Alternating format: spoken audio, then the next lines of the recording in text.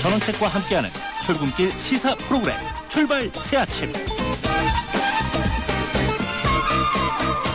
예, 전원책의 출발 새아침 3부 순서 시작합니다. 출근길 도로 상황부터 들으시겠습니다.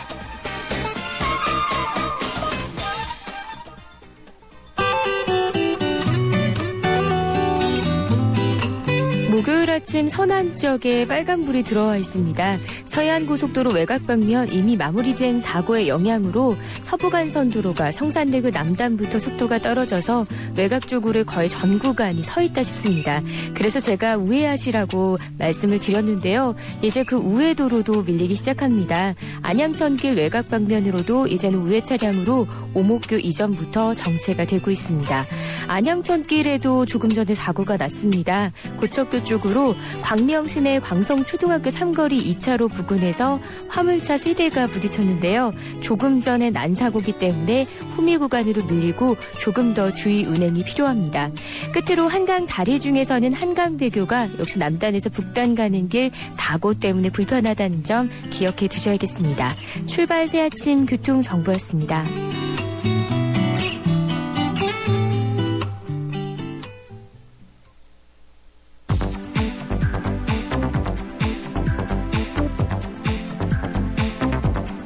이 시간 주요 경제 소식, 경제 뉴스 브리핑. 이번에는 경제 뉴스 알아보겠습니다. 한국경제신문 김현석 기자 전화 연결됐습니다. 안녕하세요, 김 기자님. 네, 안녕하세요. 예, 어젯밤 미국 증시 소식부터 좀 전해주시겠습니까? 네, 뉴욕 증시가 소폭 하락했습니다. 오는 7일, 금요일이죠. 금요일에 발표될 예정인 미국 노동부의 고용 지표를 확인하고 움직이려는 그런 관망세가 우세했습니다. 다우지수는 전일보다 0.03%, 4.94%포인트 떨어져서 15,440.30을 기록했습니다. S&P 500 지수는 0.20%, 나스닥 지수가 0.50% 내렸습니다. 다만 장 초반에 다우지수가 100포인트 넘게 떨어지기도 했지만 계속해서 낙폭을 줄이는 긍정적인 모습도 보였습니다. 민간 업체인 ADP가 집계한 미국의 1월 민간 고용은 17만 5천 명으로 시장 전망치인 18만 9천 명을 밑돌았습니다. 공급관리자협회가 발표한 1월의 미국 비제조, 즉 서비스업 지수가 전달 53에서 54로 올라 긍정적으로 나타났지만 시장을 상승세로 돌리지 못했습니다. 예, 방금 고용지수가 시장 전망치보다 낮았다 이랬는데 미국 구매지수도 얼마 전에 발표된 걸 보면 떨어졌고 연방정부 셧다운도 지금 문제가 되고 있습니다. 그런데 연방준비은행 총재들이 테이퍼링을 계속하겠다. 이 신흥국 위기에도 우리 갈 길을 가겠다. 이런 이제 발언들을 쏟아냈군요. 네, 어제 연준 멤버들이요 작심한 듯이 돌아가면서 글로벌 증시 하락이 양적 완화 축소를 막지는 못할 것이다 이렇게 밝혔습니다. 찰스 플러서 필라델피아 연방은행 총재는 테이퍼링 속도를 높여야 한다고 했고요. 제프리 레커 리치먼드 연방은행 총재는 연준은 미국의 물가 안정과 완전 고용을 달성하기 위해서 통화 정책을 수행한다 이렇게 밝혔습니다. 즉 신흥국은 아랑곳 않겠다 이런 얘기죠. 또 찰스 에번스 시카고은행 총재도 테이퍼링 기조가 바뀌려면 매우 높은 걸림돌이 생겨야 할 것이다 이렇게 밝혔습니다. 미국이 이렇게 혼자 갈 길을 가겠다고 나선 데는 리쇼어링, 즉 미국 기업들의 미국 내 유턴, 제조업 투자가 늘었기 때문이라는 분석도 있습니다. 예전에는 미국 경기가 살아나면 외국에서 제품 수입을 늘렸지만 이제는 스스로 생산해서 내부에서 소비하는 그런 구조가 되고 있다는 겁니다. 이에 따라서 미국이 살아나도 신흥국 경기가 개선되지 않을 가능성이 있습니다. 예, 그러니까 국제적으로 빈익빈 부입과 될 가능성이 더 높아졌군요. 예, 맞습니다. 예, 최근 구글이 8개의 로봇 업체를 인수했다는데 로봇이 발달하면서 앞으로 20년 내 현재 직업의 47% 정도가 사라질 것이다. 이런 충격적인 분석이 나왔군요.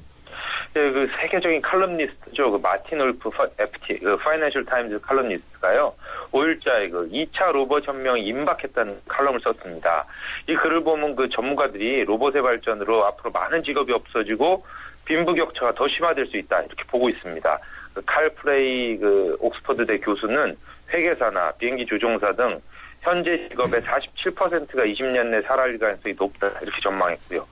실제 제가 지난달 초 미국에서 CECO, 즉 세계 최대 가전쇼에 갔었는데요. 예. 당시에 본 3D 프린터나 드라이브리스 카, 그 운전자 없이 움직이는 차, 그리고 사물 인터넷 기술 등을 보고 왔는데 앞으로 이들 기술이 발전되면 일자리가 줄 수밖에 없다 이런 생각이 들더라고요. 즉 그 3D 프린터의 프린팅 속도가 더 빨라지고 소재가 발전하면 그 공장을 대체해서 공장 노동자들이 없어질 수도 있고요. 또 드라이브리스 카는 택지 운전사나 보험사들이 해야 할 일을 없앨 수 있습니다. 또 사물 인터넷 기술의 최종 목표는 인간의 개입 없이 로봇끼리 알아서 명령하면서 필요한 일을 하는 구조를 만드는 겁니다. 영화 터미네이터 같은 건데요. 이 같은 부작용을 최소화하기 위해서는 교육을 바꿔서 로봇이 할 수 없는 일에 대한 교육을 강화해야 된다. 이런 지적이 나옵니다. 예, 저도 2040년경에는 선수 운전을 하지 않아도 달리는 자동차가 보편화될 것이다. 이런 이제 글을 읽은 적이 있는데 참 미래가 너무 빨리 닥쳐온다는 그런 생각이 드는군요. 어쨌든 참 그 기대도 되고 걱정도 됩니다. 이 국내로 돌아와 보죠. 정부가 부동산 붐을 본격적으로 조성하려는 것 같습니다. 토지거래 허가 구역이 대거 해제되죠? 네, 국토교통부가 어제 토지거래 허가구역 287 평방미터를 해제를 했습니다. 황해 경제자유구역하고 서울 시내에 있는 보금자리 사업지구 등 장기간 사업이 지연되어 온 국책사업지 등에 대한 규제를 푼 겁니다. 해제된 땅은 분당 신도시의 15배에 달하는 규모인데요. 이에 따라서 허가지역 구역으로 묶인 토지는 국토 전체 면적의 0.5%에서 이번에 0.2%로 줄어들게 됐습니다. 정부가 땅값 안정을 위해서 도입했던 이 토지거래 허가제가 사실상 이번 조치로 유명무실해졌다고 보면 되겠습니다. 예, 영종도 드림아일랜드 개발 계획도 발표됐죠. 이건 해양수산부가 어제 발표한 건데요. 영종대교 아래 준설토 매립지 거기 여의도 면적이 1.1배에 달하는데 그 부지에 국제관광 레저 단지를 조성하겠다는 겁니다. 내년 하반기에 공사를 시작해서 쇼핑몰과 호텔, 골프장과 워터파크, 카지노 등이 들어섭니다. 이른바 드림 아일랜드 계획인데요. 정부는 오늘 2020년에 이게 완공되면 연간 200만 명 이상이 찾아올 것이다 이렇게 예상하고 있습니다. 다만 그동안 영종도 개발 계획이 여러 차례 발표됐지만 별 진전이 없었습니다. 3조 7천억 원을 들여서 패션 허브를 짓겠다던 밀라노 디자인시티 계획은 이미 무산이 됐고요. 또 카지노를 유치하려던 미란시티 프로젝트도 2년 넘게 방치되어 있는 상태입니다. 예, 요사이 인기 있는 윤진숙 장관, 무리하는 게 아니었으면 좋겠습니다. 이건희 삼성 회장과 CJ 이재인 회장의 아버지인 이맹희 씨 간 형제 간 유산 소송 판결 오늘 내려질 예정이죠? 예, 이병철 삼성그룹 창업자의 차명재산을 둘러싼 삼성과 상속소송 함수심 판결이 오늘 늦은 10시에 내려집니다. 작년 2월에 1심 판결 때는 원고인 형 이맹희 씨가 패소했었는데요. 이번에도 지면 소송을 더 이상 끌어가기 어려울 것으로 그렇게 전망됩니다. 또 동생인 이건희 삼성 회장이 만약 패소한다면 삼성그룹의 지배구조가 바뀔 수도 있습니다. 이번 소송은 2년 전인 2012년 2월에 이맹희 씨 측이 차명으로 돼 있어서 자기가 존재를 몰랐던 삼성생명과 삼성전자 주식을 돌려달라고 제기해서 시작됐었습니다. 예, 고맙습니다. 여기까지 듣겠습니다. 네, 감사합니다. 예, 지금까지 한국경제신문 김현석 기자였습니다.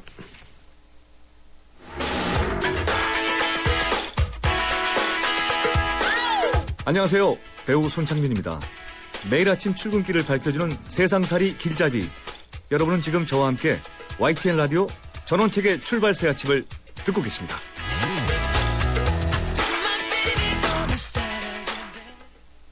(1968년 9월 19일) 그때 개통됐던 국내 첫 고가도로인 서울 아현 고가도로가 45년 만에 철거됩니다. 서울시는 안전과 미관을 이유로 폭 15m 4차선이죠. 940m의 이 고가도로 철거를 결정했습니다. 고가도로가 철거되면 가운데 2개 차로에 버스 중앙차로가 들었습니다. 문제는 하루 8만 대가 다니던 길이 사라지고 중앙차로까지 들었으면 이 일대 교통 혼잡이 불을 보듯 뻔하다는 겁니다. 역사의 뒤안길로 사라지는 아현 고가도로 철거 배경과 향후 계획을 관계자를 연결해서 듣겠습니다. 서울시 도로시설과 정회평 팀장 전화 연결되어 있습니다. 예, 안녕하세요, 정 팀장님. 예, 안녕하십니까, 변호사님. 예, 그동안 아현 고가도로 철거를 두고 말이 많았습니다. 마침내 오늘 오후 3시부터 철거 공사 작업에 돌입을 하게 되는데 우선 철거 이유를 간단히 설명해 주시겠습니까? 예, 그렇게 하겠습니다. 우선 저희가 이제 2009년 12월부터 요 세부적인 철거 계획을 수립을 했고요. 그러니까 재작년이 되겠네요. 12월 달에 이 철거에 대한 시설 계획을 완료를 했습니다. 그럼 2012년 12월이죠? 그래서 예. 2012년 2월이었습니다. 예. 그래서 그거를 이제 저희가 최종적으로는 작년 3월 달에 시민 여러분들께 올해 6월까지는 요 모든 공사를 다 하겠다고 말씀을 드렸었고요. 이렇게 된 배경은 이 서울시 전체적인 도로 교통 체제가 이제 대중교통 중심으로 변화되면서 예전 60년대, 70년대의 어떤 그 자동차 중심의 그런 교통 체계에서부터 이제는 대중교통 중심으로 변화가 되고요. 예. 그다음에 또 실은 이 교과초도가 당시에는 어떤 교통소통 대책이었지만 현재로서는 시설물이 많이 노후화됐고요. 예. 그다음에 도시경관이라든지 시민 여러분들께서도 이 고가차도로 인한 상권이라든지 이런 또 도시가 또 이렇게 분리가 됩니다. 그런 문제들이 이제 종합적으로 검토를 해서 이번에 철거를 하게 된 겁니다. 예. 이 철거를 결정하는 권한은 누가 가지고 있습니까? 최종적인 것은 저희가 이제 시장님 방침을 받고요. 예. 세부적인 내용들은 예. 이제 부시장님, 국장님, 실장님 이렇게 해서 저희가 추진을 하고 있습니다. 예. 이게 서울시의회에서 결정하는 것도 아니고 서울시장이 철거하자 하면 철거하는 겁니까?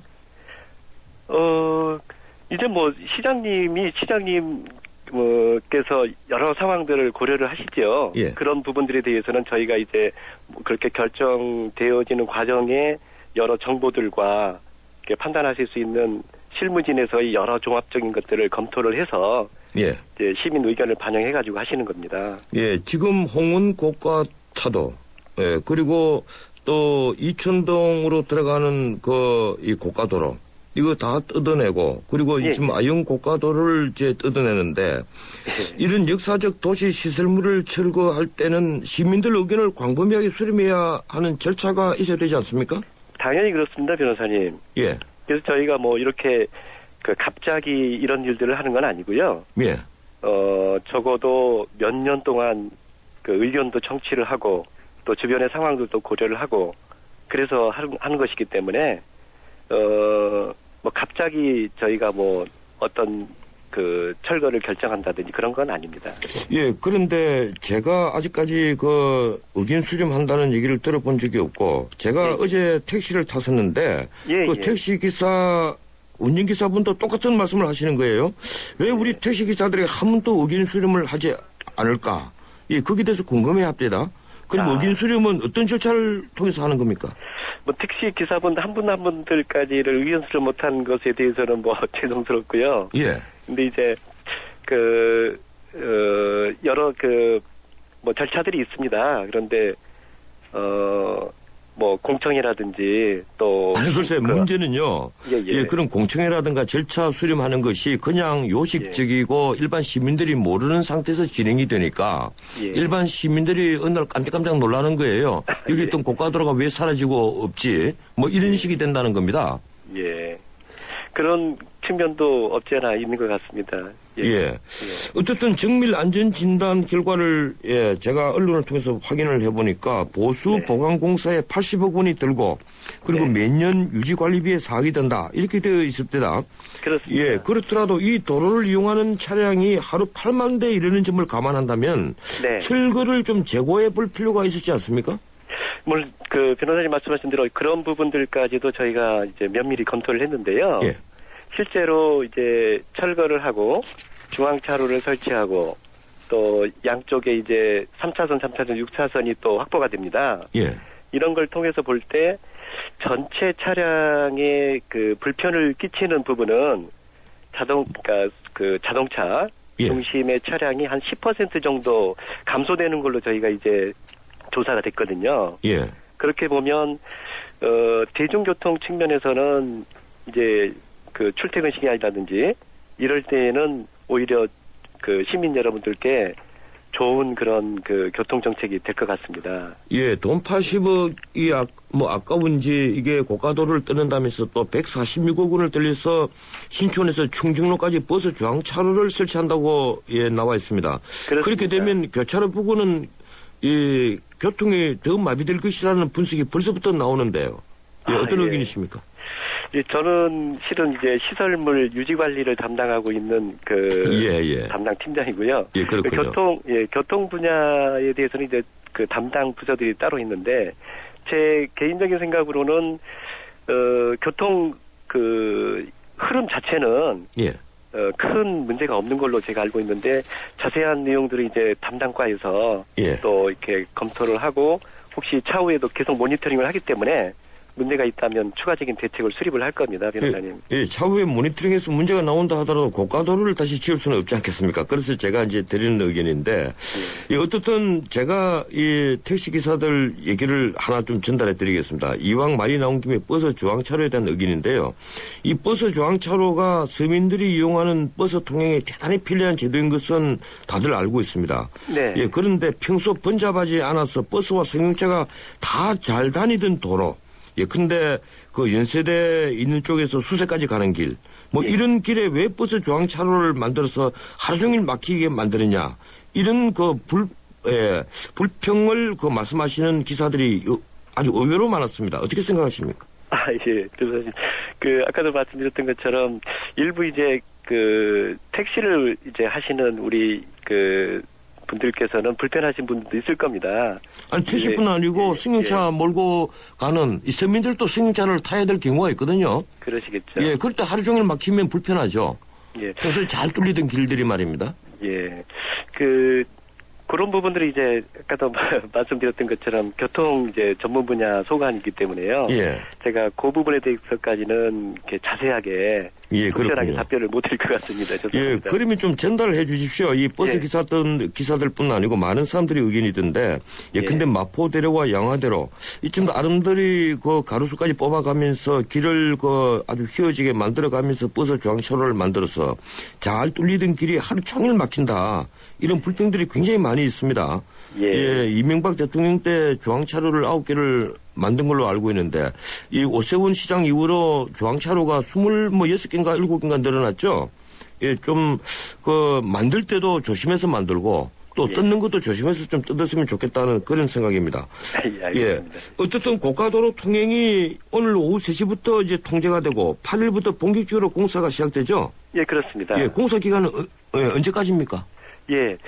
저희가 이제 2월 12일 월요일 10시부터는 철거 작업에 들어가게 됩니다. 저녁 10시요. 그래서 이제 철거 작업은 주민 통행이 비교적 적은 야간 시간을 이용해서 철거를 하게 되고요. 3월 말까지는 철거 작업을 완료를 다 하고요. 6월 말까지는 중앙차로 공사를 다 완료할 계획으로 있습니다. 그렇군요. 그러면 당장 내일부터 출근길 시민들이 이 구간을 우회를 해서 차량을 운행해야 될 텐데 교통 혼잡 대책은 세우고 있습니까? 그렇습니다. 저희가 이제 사전에 1월 달부터 다양한 매체를 활용을 해서 교통 안내를 해드렸고요.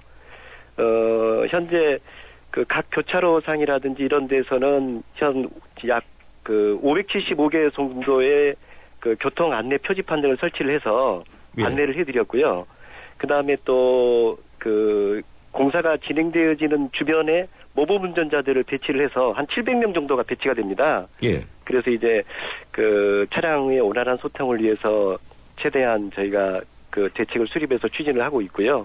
그다음에 우회도로를 저희가 안내를 해서 대중교통을 이용하시던 분들은 큰 불편이 없겠지만 아까 말씀하셨던 자동차를 운영하셨던 분들에 대해서는 우회도로를 최대한 이용을 해주시도록 그렇게 안내를 드리고 있습니다. 이 추억의 장소가 사라지는 아쉬움을 가지신 분들을 위해서 마련했다 이러면서 아현고가도로 극기 행사를 개최한다고 하던데 언제 하는 겁니까? 요거는 이제 2월 8일 토요일이 되겠습니다. 토요일 하는군요. 그렇습니다. 13시부터 1시부터 16시까지 아현고가도로와 신촌 연세로 일대에서 길놀이 걷기 또 주민예술단, 아현고가 일대 변천사 사진전 등을 통해서 그동안 참 저희 교통의 한 축을 담당했던 아현고가 철거와 그거에 따른 시민 행사를 같이 진행할 예정으로 있습니다. 고맙습니다. 계속 수고 좀 해주십시오. 그렇게 하겠습니다. 감사합니다. 고맙습니다. 지금까지 서울시 도로시설과 정혜평 팀장이었습니다. 웰빙 건강 한국문화 실용복지 실력이 참 좋은데 원광 디지털대학교 선취업 후진학의 기회가 참 좋은데 원광 디지털대학교 주부도 직장인도 꿈을 이루기 참 좋은데 물론 원광 디지털대학교지. 차민재를 키우는 특성화 사이버대학 원광 디지털대학교 2월 12일까지 신편입생 모집. 예, 출발사 아침 3부 순서였습니다. 잠시 뒤 4부에 이어갑니다. 300만 경제 수도 인천의 시대가 열립니다. 세계적인 국제도시 홍콩, 싱가포르, 제네바와 어깨를 겨루겠습니다. 2014년 9월 19일 45억 아시아인의 나눔과 화합의 대축전 인천 아시안게임이 펼쳐집니다. 45개국 아시아인의 꿈과 감동의 제전 아시아의 새로운 미래가 열립니다. 2014 인천 아시안게임과 장애인 아시안게임을 나눔과 배려, 공감이 있는 아시아인의 축제로 모두가 행복한 인천, 시민과 함께 만들겠습니다. 전국적으로 조류 인플루엔자가 번지고 있습니다.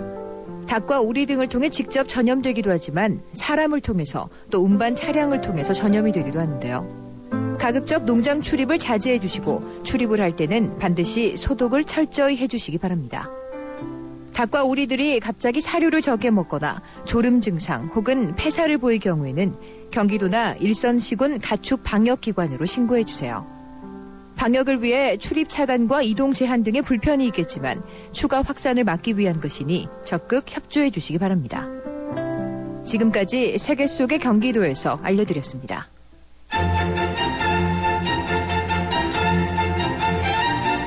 출근길 정통 시사 라디오 프로그램 YTN 라디오 전원책의 출발 새 아침.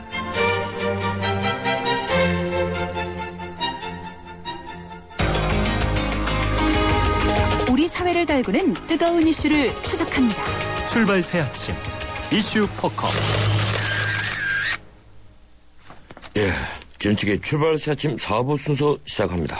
매주 목요일 마련하는 이슈 포커스 시간입니다. 오늘은 청취자 여러분들이 큰 관심을 가지고 있는 주택 문제, 그중에서도 정부가 추진하는 새 월세 지원 정책에 관해서 알아보겠습니다. 정부는 전세 대출을 줄이는 대신에 값싼 월세 주택 공급을 늘리는 방향으로 주택 정책을 전면 손질을 한다고 합니다. 어제 한때 현재 연소득 5천만 원 이하로 제한된 월세 소득 공제 대상을 중산층 이상으로 대폭 확대한다는 뉴스가 나왔는데, 저녁 때 기획재정부가 부인을 했죠. 그런 사실이 없다. 그동안 전세값 인상은 가계부채 증가의 주범으로 지목이 되어 왔습니다. 그도 그럴 것이 전세대출은 2009년 말 33조 5천억 원에서 작년 6월 말 60조 1천억 원으로 급격히 늘어났습니다.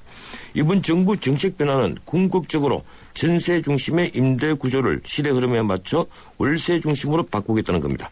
박근혜 정부에서 추진한 여러 주택 정책에 대해서 최고 전문가 중에 한 분입니다. 헤럴드 경제 장영용 대기자의 의견을 듣겠습니다. 스튜디오에 직접 나와 계십니다. 어서 오십시오. 네, 반갑습니다. 정부가 가계대출 주범을 전세 대출 자금으로 주목한 것 같습니다. 그래서 그걸 낮추기 위해서 값싼 월세 공급을 늘리겠다. 이런 방안을 추진한다고 하는데 전반적으로 이런 정책 방향이 어떻게 되어가고 있는지 좀 설명을 해 주시겠습니까? 네, 우선 시장의 구조적인 어떤 그런 변화를 좀 들여다봐야 될 것 같습니다. 우리가 그 임대시장, 공급자 입장에서는 임대시장이라고 하고 또 새 들어 사는 입장에서는 임차시장이라고 얘기를 해야 될 텐데요. 어쨌든 그런 그 전세 위주의 시장이 지금 월세 위주로 급격히 전환되고 있다. 그렇기 때문에 그런 시장의 미래 대비를 위해서는 건설도 좀 많이 해서 공급을 좀 풍성히 하고 또 돈 있는 사람들은 좀 많이 집을 사서 임대를 놓도록 하고 분양하는 아파트 같은 경우에 우리가 지금 정서로는 상당히 어려운 얘기지만 아파트 한 개 동을 돈 있는 사람이 분양을 받아서 임대를 놓을 수 있도록 하는 그래서 좀 많은 돈들이 여유 자금들이 시장 안으로 좀 들어와 있을 수 있도록 만드는 것. 그다음에 마지막으로 그런 관리를 임대 전문 관리를 외국처럼 이렇게 아주 전문적으로 해서 임대의 품질을 좀 높이자라고 해서 예. 건설, 그다음에 분양, 관리 이렇게 측면에서 임대 산업을 적극적으로 육성을 한다라고 하는 것이 주요 골자의 방향인 것 같습니다. 예, 그리고 크게 보면 이 결국 박근혜 정부의 어떤 경제 큰 프로그램, 뭐 경제 혁신 3개년 계획을 포함해서 예, 이런 큰 프로그램에 다 연관되어 있는 정책이군요. 네, 그렇습니다. 뭐 이제 특히 이렇게 월세 전환으로 되어가고 특히 이 전세가 급등하면은 결국은 전세 보증금을 마련하는 데에 임차인들이 힘을 쓸 수밖에 없기 때문에 경제 전반적인 구조로 보면 선순환 구조를 이루기보다는 어떻게 보면 악순환 구조로 갈 수밖에 없습니다. 예를 든다면 모자라는 전세 보증금을 다시 대출을 받아야 되기 때문에 가계부채 문제가 되고 가계부실 문제가 또 나올 수밖에 없고 또 우리가 가처분 소득이라고 그러죠. 매달 월급에서 쓸 수 있는 돈 바로 이제 그런 자금들을 좀 모아서 이게 소비로도 연결되고 내수로 연결이 돼야 되는데 집어넣어서 가는데 다 쓰기 때문에 어떻게 보면 경제 활성화에도 상당히 악영향을 미칠 수밖에 없는 그런 구조다. 바로 이제 그런 점들하고 아까 말씀드린 월세 중심으로 임대 시장이 변해가는 구조, 이 구조를 한 번에 좀 뜯어 고치자. 그래서 방향 전환을 좀 시도해보자라고 하는 그런 내용으로 이해하면 될 것 같습니다. 예, 얼마 전에 나온 한은 자료 그리고 한국경제연구원에서 나온 분석 자료를 보니까 방금 우리 장 기자님 말씀하시는 대로 이 표준 중산층 한 550만 원, 500만 원 정도 월 수입을 가진 가게에서 4인 가족 기준입니다. 네네. 가장 많이 늘어난 것이 이제 주거비, 통신비. 네, 그렇습니다. 예, 그리고 거꾸로 음식비는 줄어드는 것 같아요. 네네. 그만큼 그 주거비라고 하는 것이 이제 그 집을 살 때 빌렸던 대출금 이자를 내는 것이 포함이 되어 있는데 그리고 월세비하고요. 어떻든 이번에 전세 대출을 보니까 엄청나게 늘었습니다. 2009년에 33조 5천억 그리고 지난해 6월 달에 60조 1천억 무려 뭐 90% 가까이 증가를 했는데 예. 이걸 이렇게 월세 지원 정책으로 간다고 해서 과연 이런 가계 대출, 특히 전세 대출이 줄어들까요? 어떻게 보십니까? 지금 말씀하신 대로 정부가 참 급한 불을 끈다라고 하는 명분하에 뭐 최근에 한 6년 동안 전세가 계속 올랐는데 전세 가격이 오를 때마다 전세 자금 대출을 확대해 왔습니다. 그건 다 여러 가지 문제의 부작용을 낳을 수도 있죠. 물론 돈 없는 분들한테 긍정적으로 대출을 확대한다라는 의미에서는 바람직스럽지만 또 하나의 문제는 아까 말씀드린 대로 가계부채 문제, 전체 가계부실 문제하고 연결이 되고요. 또 하나는 이렇게 지원을 해주다가 보니까 자꾸 전세 쪽으로 오히려 더 수요가 몰리는 그런 역할을 했죠. 그러니까 뭐 정부가 많은 돈을 빌려주니까 집을 사기보다는 자꾸 전세 쪽으로 더 가다 보니까 전세난은 더 심화되는 이런 영향을 초래를 했습니다. 과거 전세하고 지금 현재의 전세하고 좀 이렇게 비교를 해보면 그런 것들이 좀 확연하게 드러나는데요. 과거에 IMF 97년도 외환위기 이후에 전세란이 약 한 3년가량 있었습니다. 99년도부터 한 2001년도까지요. 그때 기간이 3년인데 그때의 오름폭은 약 한 60% 정도 전세가 많이 올랐거든요. 그런데 오름폭 변동폭은 크고 단기간 내에 전세가 움직였는데 이번 글로벌 금융위기 이후에 전세가 움직인 걸 보면 뭐 지금 한 6년 동안 2009년도부터 계속해서 전세가 올라가는 양상을 보이고 있고 앞으로도 이 전세는 계속적으로 올라갈 것으로 보입니다. 뭐 KDI 연구원 분석 자료를 보면 적어도 2020년도까지는 굉장히 전세난이 더 심화될 수밖에 없는 구조다. 그리고 특히 월세가 급신장을 하면서 2018년도 정도 가면 월세 비중과 전세 비중이 같아질 것이다. 이런 전망들도 나오고 있는데요. 올 2018년이라고 보시면 될까요? 그렇습니다. 그만큼 이제 어떻게 보면 월세 비중이 커지니까 그런 부분들을 좀 메꾸어 가겠다라고는 의지가 이제 굉장히 표현된 것으로 보입니다. 예, 그러니까 이 월세도 늘고 전세 대란은 앞으로 2020년까지 계속될 것으로 본다. 그렇습니다. 대란까지는 보기 어렵지만 전셋집은 이제 그게 월세집으로 자꾸 전환되면서 줄어들고 있고 또 우리가 구조적으로도 보면 주택시장 내부에 자꾸 1인 소가구가 생겨나기 때문에 그렇죠. 바로 이제 그게 월세의 그런 요인 요소가 되고 있거든요. 또 이제 고령화되면서 자꾸 이제 그런 형태로 변해가고 또 공급 측면에서도 보면 전셋집을 가지고 계신 분들이 월세집으로 바꾸는 것이 훨씬 더 이 전월세 전환율도 보면은 그쪽이 더 저금리에 따라서 상당히 유리하기 때문에 그쪽 방향으로 가기 때문에 공급이나 수요는 늘고 공급은 줄 수밖에 없는 그런 구조를 가지고 있다. 이렇게 말씀드릴 수 있을 것 같습니다. 예, 저도 평소에 그런 것을 직접 연결을 안 시켰었는데 방금 우리 장 기자님 말씀을 들어보니까 그것도 중요한 문제군요. 이 가구가 1인 가구 혹은 2인 가구로 줄어드는 거. 그렇습니다. 예, 서울시에 350만 가구가 있는데 25년 전에 비해서 25년 전에는 1인 가구가 불과 10만 개 미만이었는데 네네. 지금 85만 그렇습니다. 개거든요. 네. 그리고 2인 가구, 부부 가구가 40만 개로 늘어났습니다. 네, 뭐 일본 앞으로 더 추이를 보면 일본 같은 데 견주어 보면 적어도 도심권에서 서울 도심권 같은 경우는 거의 75% 정도까지도 그 비율이 올라가거든요. 예, 그러니까 그렇군요. 앞으로도 굉장히 급증할 것이다 이렇게 보여집니다. 예. 그 우려되는 것이 지금은 이제 우리가 월세 얘기를 하면은 적어도 뭐 다가구주택이나 사시는 분들 아니면 그다음에 좀 고급스럽게 1인 가구를 얘기하면 오피스텔 사시는 분들이 대부분 다 월세를 예. 이용하게 되는데요. 이런 파급 효과가 아파트로 이제 밀려 내려오게 될 겁니다. 그러면 아파트의 월세가 앞으로는 굉장히 또 하나의 문제가 될 수 있는 소지가 많아서 이런 부분들은 이제 선제 대응한다라는 차원에서 좀 건설을 하는데 리츠라든지 사모펀드라든지 이런 자금들을 적극적으로 좀 끌어들여서 건설을 좀 확충한다. 지금까지도 뭐 제도는 되어 있었습니다만은 그런 부분들을 좀 더 정부가 확증 보증하는 형태로 가져오겠다. 그래서 뭐 수익성을 어느 정도는 보장해 줘서 그런 자금을 끌어들이겠다라는 것이 이번 그 국토부의 핵심 내용이고요. 또 매입이나 분양 아까 말씀드린 대로 통분양이라고 말할 수 있죠. 굉장히 예. 많은 가구수를 이렇게 한 번에 분양받을 수 있는 그런 구조도 분양 구조에서 규제를 풀어서 그렇게 만들겠다라고 하는 것이죠. 뭐 그것도 지금 부분적으로는 법적으로는 되어 있지만 뭐 지역우선 제도라든지 이런 제도가 있기 때문에 분양을 할 때 한꺼번에 자금이 있는 사람들이 몽땅 분양받을 수 있는 구조는 되어 있지 않거든요. 법제화는 되어 있는데 지자체 조례상으로는 다 묶여 있어서 그게 되지 않고 있는 지자체 그런 조례에 구조입니다. 묶여 있군요. 네, 묶여 있습니다. 예. 말씀 나온 김에 한 가지만 제가 좀 의견을 듣겠습니다. 그 오피스텔 같은 경우에 지금 네. 살고 계신 분들이 아주 많이 있는데 예, 이 분들이 지금 애로사항이 제가 지난번에 상담을 해보니까 뭐 이런 경우가 있어요. 오피스텔을 그 사무용으로 그 신고를 했기 때문에 네, 네, 주거용이 네. 아니기 때문에 네. 주민등록 이전이 되지 않는답니다. 네, 네, 그렇습니다. 예, 그래서 여러 가지 이 겪는 불편들이 있다는데 네. 이런 문제는 어떻게 해야 해소가 될까요? 그건 분양 당시부터 오피스텔은 주거용이냐 사무용이냐를 구분을 합니다. 예. 그래서 부가세도 환급 조치를 다 해주고 있고요. 그렇기 때문에 그러니까 사무용은 부가세를 환급을 해줍니까? 네, 네, 그렇습니다. 예, 그렇군요. 다 이미 그 혜택을 받고 있기 때문에 이제 그런 규제를 받고 또 매각에 있어서도 주거용으로 사용되는 경우 규제에 있어서도 그런 경우들 다 일가구 이제 좀 주택 전부 다 해당이 예, 되죠. 적용이 되는 예, 경우가 주택용으로 되지 신고를 그렇습니다. 하면 예. 이제 그런 규정이 적용되고 있기 때문에 그건 뭐 어떻게 보면 규제상으로는 당연한 그런 규제.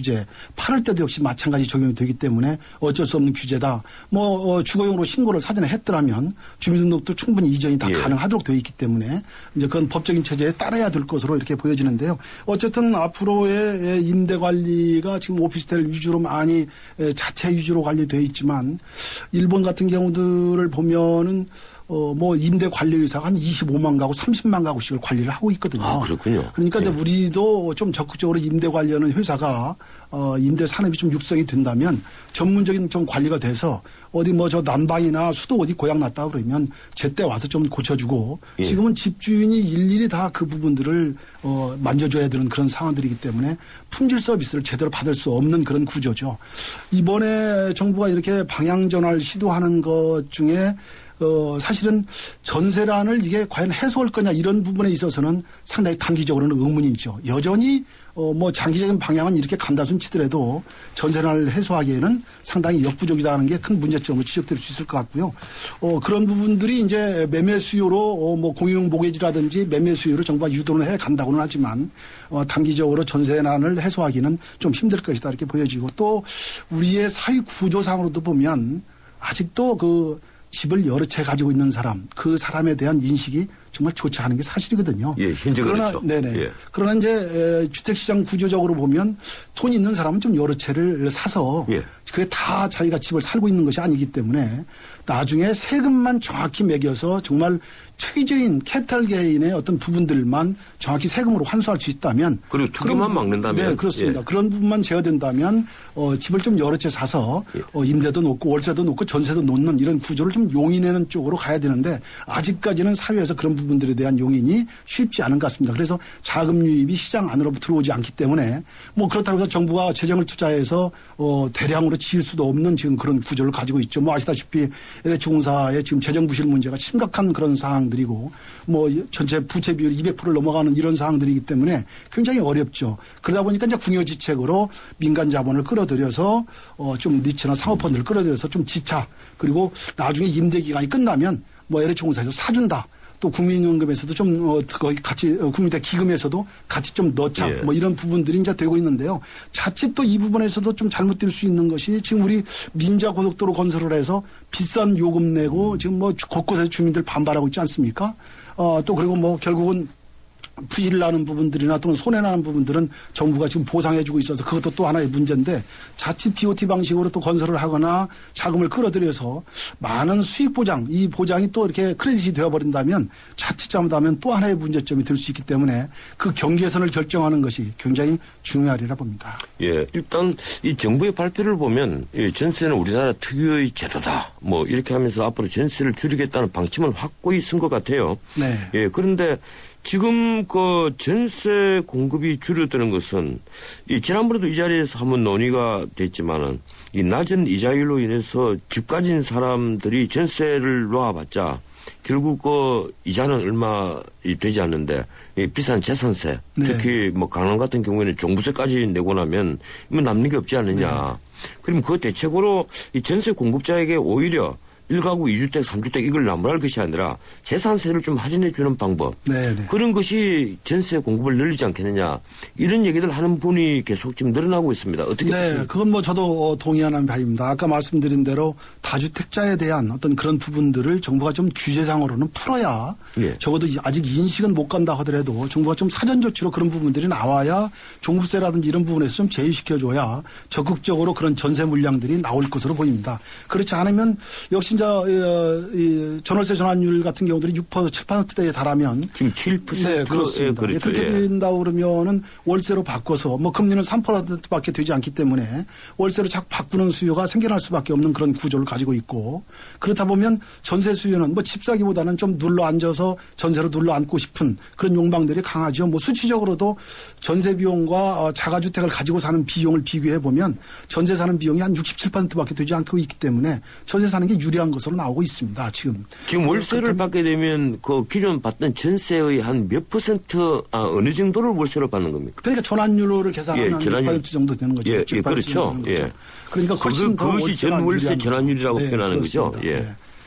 집주인이 예. 볼 수 있는 그런 수익률이 높기 때문에 이제 그쪽 방향으로 갈 수밖에 없는 구조고 수익은 뭐 수요자 측면에서 보면 결국은 지금 집 사는 것보다는 뭐 부동산 시장이 움직인다고는 하지만 지금 아직 당분간 그런 부분들이 뭐 그래서 크게 올라갈 것 같지는 않은 그런 상황들이거든요. 여러 가지 여건들을 감안해 보면 그렇다면 여전히 지금 그 집을 살 만한 수요층들도 지금 대기하고 있는 수요가 되기 때문에 그게 전세나 월세로 사는 그런 수요들이 굉장히 많아질 수밖에 없는 그런 구조를 가지고 있습니다. 예. 아까 말씀하신 이게 전월세 전환율 그게 7%까지 이른다. 이래 되면 결국 은행이자보다도 2배 이상 된다는 얘기 아닙니까? 근데 그 안에는 뭐 또 여러 가지 이제 감가상각을 감안해야 되겠죠. 예. 그러나 일단은 월세로 바꾸는 것이 득이 자꾸 되고 있기 때문에 자꾸 그쪽으로 이제 전환해 가는 그런 율이 굉장히 많아지고 있는 그런 상황들입니다. 뭐 그거는 보증부 월세가 급격히 늘고 있는 그 수치적으로도 증명이 되고 있는데요. 지난 2000년도에 전세가 28.7% 그리고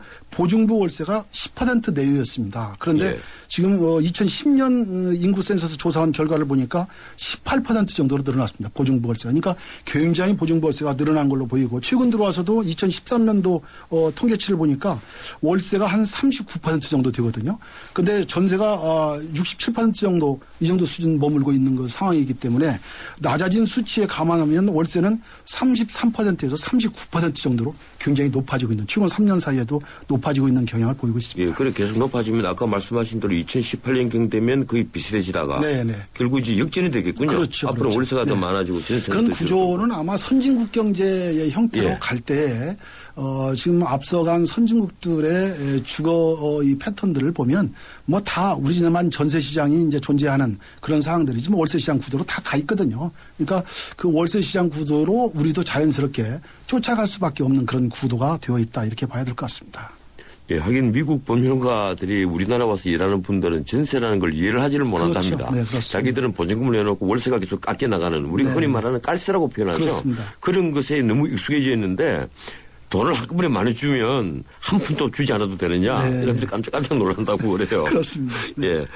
어떻든 이 전월세 문제 참 서민들의 그 일반 참 서민들의 그 생활과 직결되어 있는 문제인데 이 정부가 가장 최선의 길을 좀 찾아서 우리 서민들의 그 고통을 좀 줄여주고 가처분 소득을 좀 늘려주면 얼마나 좋겠습니까? 그렇습니다. 목표는 가처분 소득을 늘리는 것 아니겠습니까? 네네. 일단 소득이 좀 늘어야 그 소득은 결국은 경제가 좋아져야 된다는 얘기고요. 내수가 좀 활성화돼야 된다 이런 얘기인데 결국은 바퀴가 경제가 좋아지는 것, 내수가 활성화되는 것 이것이 또 부동산하고 또 맞물려 있거든요. 예. 지금 미국 시장이 굉장히 회복세를 보이고 있는 점들을 감안해 보면 결국은 부동산이 그 동기화가 돼서 결국은 거기서부터 발화 지점이 돼서 경제 전반적인 것과 일자리를 돌리는 예. 심지어 5% 자금만 가지면 주택을 살 수 있는 구조로 자꾸 만들어주고 있고 일본만 하더라도 집을 사면 소형주택이긴 합니다만 집을 사면 현금으로 돈을 보상을 해주는 이런 체제까지 도입하고 있는 것을 보면 바로 부동산이 결국은 경제하고 또 맞물려 있고 내수하고 맞물려 있는 점들을 우리가 참고할 수 있을 것 같습니다. 예, 이제 시간이 거의 다 됐는데 짧게 좀 하나만 좀 짚어봐야 되는 네네. 문제들이 있습니다. 이 정부가 지난해 5월 분당 지역의 10배 가까운 면적의 토지거래 허가구역을 해제한 데 이어서 지난 연말 올해 늘리겠다던 그 토지거래 허가구역 해제가 지금 가시화되고 있습니다. 어떻습니까? 부동산 시장 활성화로 이어질 것 같습니까? 다소 활성화까지 이어지기는 힘들 것으로 보입니다. 예. 지금 토지가 거래되지 않는 이유, 규제를 완화한다는 입장에서는 다소 긍정적입니다만은 토지가 거래되지 않는 가장 근본적인 이유는 과거에 토지 가격을 산정할 때는 다 공시지가로 산정을 했습니다. 우리가 장부가가 공시가로 다 되어 있었죠. 그런데 2007년도부터 실거래가로 신고하도록 되어 있습니다. 예, 그러면 그렇군요. 결국은 토지를 팔게 되어야 이제 거래가 될 텐데 토지를 팔게 된다면 시가와 공시지가의 차이, 그러니까 결국은 양도세가 엄청나게 늘어나는 이런 상황들로 지금 되어 있기 때문에 그 양도세 때문에 거래가 지금 안 되는 가장 근본적인 이유가 이제 거기에 있다 이렇게 보여지는데요. 결국은 양도세군요. 네, 그렇습니다. 그 부분이 공시지가와 공시지가의 서로 계산이라면 양도세가 많지 않을 텐데 또는 실거래가와 실거래가의 계산이라면 많지 않을 텐데 당시에 공시지가와 지금 현재의 시가로 계산을 해야 되기 때문에 거래 실거래가로 계산을 하기 때문에 공시지가가 상당히 많아서 그 규제를 푼다고 해서 허가제를 푼다고 해서 시장이 좀 활발하게 돌아갈 것 같지는 않은 것 같고요. 다만 분위기상 도심권에 있는 그 규제 완화의 허가 지역들이 많이 풀렸기 때문에 특히 광명시를 비롯해서 전국 대도시 그렇습니다. 주변이더라고요. 네. 예. 서울권도 세곡동이라든지 괜찮은 지역들이 이제 좀 그런 허가 지역에서 풀렸기 때문에 그런 데 대한 앞으로의 토지 이용 가치가 괜찮은 지역들은 좀 거래의 소지가 좀 있다 이렇게 볼 수 있고요. 또 하나는 이제 그런 허가 구역의 해제 이것뿐만 아니라 사실은 그것이 조금 부동산 시장에 긍정적인 영향을 끌어내려면 건축 규제를 어떻게 하면 합리적으로 잘 풀어낼 것인가 이런 부분들이 더 도움이 되지 않을까 이런 생각을 가지고 있습니다. 예, 이제 시간이 한 40초 남았습니다. 올해 주택시장, 어떻게 전망하십니까? 집 파는 사람에게 유리한 국민이다, 이런 얘기들이 있는데요. 어떻게 보십니까? 저는 그렇게 보고 싶습니다. 사실은 지금 연초에 좋아질 거라고 전망들을 많이 했습니다만은 지금 벌써부터 미국의 그 테이퍼링 영향이 상당히 시장에 많이 미쳐서 양적 완화의 축소가 지금 자산 시장에 엄청난 영향을 미치고 있습니다. 증시가 맥을 묻히고 있는 이런 상황들을 감안해 보면 결국은 그게 신흥국이라든지 또는 이 앞서간 선진국들의 경기 시장이 좋아져야 우리도 따라서 좀 좋아지는 상황 그리고 또 부동산이 뒤쫓아가는 이런 상황들이 될 텐데 그런 부분에 대한 타이밍적으로 자꾸 더 지연되고 있는 상황들을 감안해 보면 오히려 봄철에 이렇게 좀 매기가 횡성될 때 그동안에 팔지 못했던 그런 집을 다 거꾸로 팔아보는 이런 지혜도 좀 필요하지 않나 이런 생각이 듭니다. 예, 고맙습니다. 얘기 듣겠습니다. 예, 지금까지 매주 목요일 마련하는 이슈 포커스. 오늘은 전월세 문제와 관련해서 헬드경제 장용동 대기자와 함께했습니다.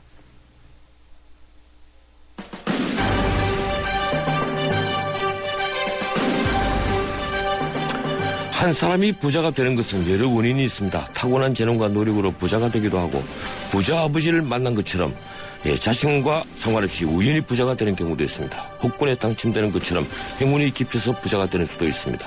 마찬가지로 한 사람이 가난해지는 것은 여러 이유가 있습니다. 본인이 게으르고 일하지 않으면 가난해지는 건 당연한 것입니다. 그런데 아무리 열심히 일해도 주변의 여건으로 가난해지기도 하고 또 불운이 겹쳐서 가난해지는 경우도 있습니다. 중산층 100만 명이 신용 하층민으로 추락했다는 한국은행 연구팀 보고서가 나왔습니다. 2008년 6월 말 당시 중간 신용 대출자의 25.2%가 작년 6월 말 현재 저신용자로 추락했다고 합니다. 은행에서 쫓겨났습니다. 또 신용 대출자 중 7.2%가 고신용 대출자 중 72%가 저신용으로 추락했습니다. 저신용으로 떨어진 채무자들은 연간 소득의 85%를 빚 갚는 데 쓴다고 하는군요. 금융위기 전 14%였던 데 비하면 무려 6배나 악화된 결과입니다. 이런 추락은 대부분 사회적 책임도 한 원인이 됩니다. 그렇다면 이런 추락을 막는 일이 우리가 해야 될 일일 겁니다. 오늘은 여기까지입니다. 지금까지 진행의 전현책 변호사였습니다. 내일 뵙겠습니다. 고맙습니다.